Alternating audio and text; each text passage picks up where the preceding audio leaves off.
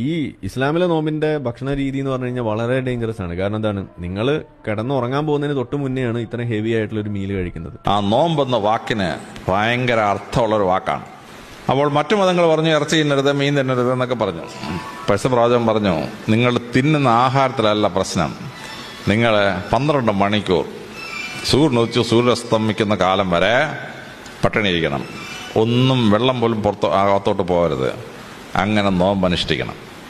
മറ്റു പല മതക്കാരും മുസ്ലിങ്ങളെ കളിയാക്കാൻ തുടങ്ങി. ഇതെന്തൊരു നോമ്പപ്പ, 12 മണിക്കൂർ പട്ടിണി ഇരിക്കുക, പിന്നെ ബിരിയാണി അടിച്ച് കയറ്റുക, ഇതെന്തൊരു നോമ്പെന്ന്. പക്ഷേ ഇതിൻ്റെ രഹസ്യം എന്താണെന്ന് കണ്ടുപിടിച്ചത് അമേരിക്കയിലെ റോക്കറ്റ് വിക്ഷേപണ കേന്ദ്രത്തിലെ ശാസ്ത്രജ്ഞന്മാരാണ്. ഈ റോക്കറ്റിൽ പോകുന്ന സമയത്ത് വെയ്റ്റ്ലെസ്നെസ് ആണ്, ഗ്രാവിറ്റി ഇല്ലല്ലോ. അതുകൊണ്ട് മനുഷ്യനിങ്ങനെ ഒഴുകി നടക്കും. നമുക്ക് ഇരുന്നൊരു മേശപ്പുറത്ത് ആഹാരം കഴിക്കാൻ പറ്റില്ല, കാര്യം ആഹാരം ഇങ്ങോട്ട് എടുത്ത ഉടനെ ആഹാരം പറന്നങ്ങ് പോകും.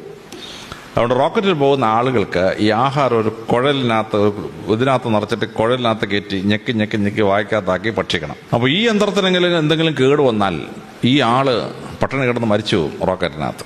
അപ്പോൾ അങ്ങനെ പട്ടിണി കിടക്കേണ്ട എന്ത് സംഭവിക്കും? ഇത് അമേരിക്കയിലെ ശാസ്ത്രജ്ഞന്മാർ ഗവേഷണം നടത്തി. അപ്പോഴാണ് അത്ഭുതകരമായ ഒരു രഹസ്യം കണ്ടെത്തിയത്. 11.5 മണിക്കൂർ ഒരു മനുഷ്യൻ പട്ടിണി ഇരുന്ന് കഴിഞ്ഞാൽ അവൻ്റെ തലച്ചോറ് കുടലിലേക്കൊരു സന്ദേശം അയക്കും. കാരണം ഈ ആൾ പട്ടിണി കിടന്ന് മരിക്കാൻ പോവുകയാണെന്നും തലച്ചോറ് തെറ്റിദ്ധരിച്ച ശേഷം ഒരു മെസ്സേജ് കുടലിലോട്ട് കൊടുക്കും, ഇവൻ ചാവാൻ പോവാണ്, അതുകൊണ്ട് ഇവനെ രക്ഷിക്കണം. അപ്പോൾ കുടലിൻ്റെ ഇന്നർ ലൈനിങ് പെരിട്ടോണിയം എന്ന് പറയും. ആ പെരിട്ടോണിയത്തിനകത്ത് കണ്ണുകൊണ്ട് കാണാൻ പറ്റത്തില്ല, പക്ഷെ മൈക്രോസ്കോപ്പിക് ക്രാക്ക് വീഴും. എന്നിട്ട് അതിനകത്തൂടെ കുടലിനകത്തോട്ടൊരു എൻസൈം ഊർന്നിറങ്ങും. അത് ശരീരം വലിച്ചെടുത്ത് കഴിഞ്ഞാൽ ശരീരത്തിന് അത്ഭുതകരമായ ശക്തിയും അത്ഭുതകരമായ ഓട്ടോ ഇമ്മ്യൂൺ കപ്പാസിറ്റി, രോഗപ്രതിരോധ ശക്തി വർദ്ധിക്കുന്ന ഒരു ഫിനോമിനൻ ശരീരത്തിലുണ്ടാവും. 11.5 മണിക്കൂർ പട്ടിണിന്നേ പറ്റുള്ളൂ. അതുവരെ അതിനിടയ്ക്ക് ഒരു ഗ്ലാസ് വെള്ളം കുടിച്ചാൽ പോയി.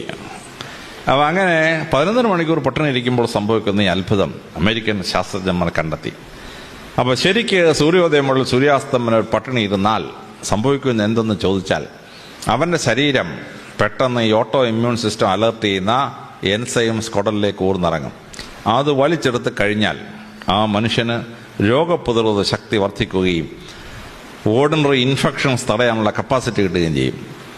ഇനി അങ്ങനെയുള്ള കപ്പാസിറ്റി കിട്ടുന്നതിൻ്റെ ഭാഗമായി നമുക്ക് ചില പ്രത്യേക രോഗങ്ങളെ റെസിസ്റ്റ് ചെയ്യാൻ പറ്റും.